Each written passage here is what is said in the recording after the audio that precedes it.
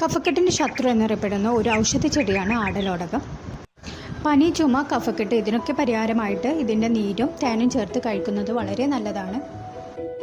ഇതിന് കൈപ്പരസം ഉള്ളതിനാൽ തന്നെ നമ്മൾ കുട്ടികൾക്ക് വേണ്ടിയിട്ട് ഇത് ഓംലെറ്റ് രൂപത്തിലാണ് ഉണ്ടാക്കി കൊടുക്കുന്നത്. അപ്പോൾ അതിന് വേണ്ടിയിട്ട് 3 ഇല എടുത്തിട്ടുണ്ട്. അതുപോലെ തന്നെ ഒരു നാടൻ മുട്ട, കുറച്ച് കുരുമുളക്, വേണമെങ്കിൽ അല്പം ജീരകപ്പൊടിയും അതുപോലെ ചെറിയ ഉള്ളി, മഞ്ഞൾപ്പൊടി ഇതും കൂടി ചേർത്ത് മിക്സിയിൽ നന്നായി ഒന്ന് അരച്ചെടുക്കുക.